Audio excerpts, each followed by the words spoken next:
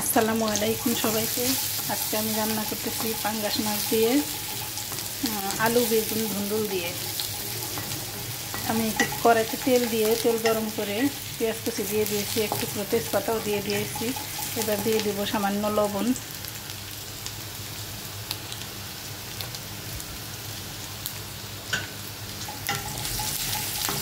পেঁয়াজটা লাল হয়ে আসলে পরে অন্য মশলা অ্যাড করবো। আর পেঁয়াজটা লাল লাল হয়ে গেছে, এবার দিয়ে দেবো একটু পানি।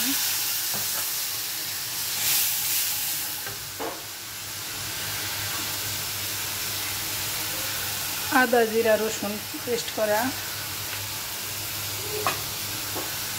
কাঁচামরিচ, হলুদের গুঁড়া, ধনিয়া গুঁড়া,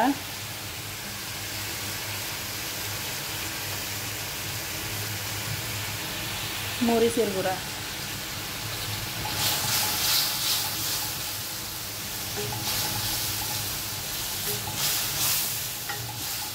মরিচের গুঁড়া দিয়েছি। একটু পাঙ্গাস মাছ তো একটু ঝাল ঝাল না হলে ভালো লাগবে না। আর তো সবজি দিয়েছি বেশ।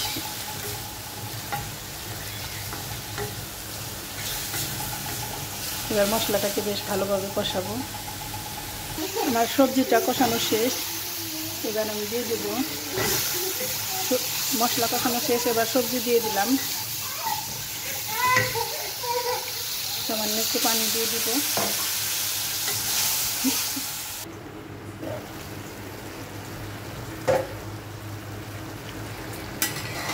মশলার সাথে বেশ ভালোভাবে আমি সবজিটাকে কষিয়ে নিচ্ছি। মাঝেও একবার উল্টে পাল্টে নেড়ে দিয়েছি।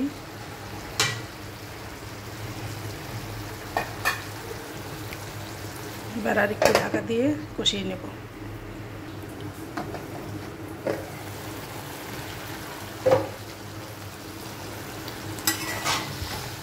আমার সবজিটা কষানো শেষ, এবার ঝোল দিয়ে দেব।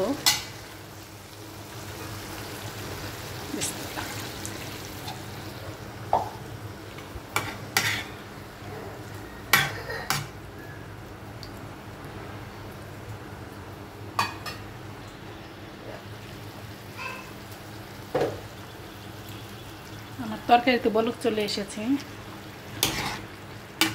এবার আমি দিয়ে দেব মাছ।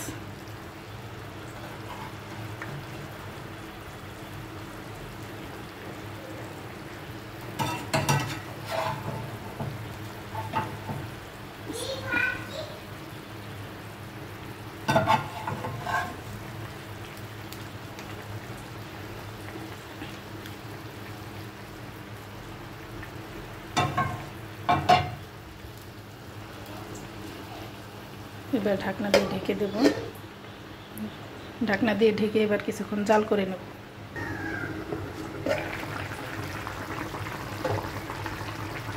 আমার তরকারিটা অলরেডি হয়ে আসছে প্রায়, আর একটু হলেই হয়ে যাবে।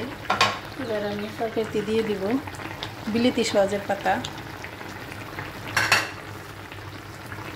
এটা কিন্তু ধনিয়া পাতা না, এটা বিলেতি সওয়াজের পাতা। এই পাতাটা চিনবেন হয়তো আপনারা। এটা আমি ঝুরি করে দিয়ে দিয়েছি এখানে। এই পাতাটা দিলে একদমই মানে পাঙ্গাস মাছের যে একটা গন্ধ আছে, সেই গন্ধটা আর থাকবে না, সেটা নিমেষেই শেষ হয়ে যাবে। কিন্তু এটি পাতাটা দিয়ে কিছুক্ষণ জাল করে নিতে হবে তরকারিটা, ঘ্রাণ বেরোনোর জন্য। এখানে অনেকে জিরার ফাঁকি দেয়, আবার ধনিয়া পাতাও দেয়। এই পাতাটা দিয়ে একবার ট্রাই করতে পারেন। আমার তরকারিটা হয়ে গেছে। এর মাঝে আমি লবণটা চেক করে দেখেছি, লবণটা একটু কম হয়েছিল, আমি দিয়ে দিয়েছি।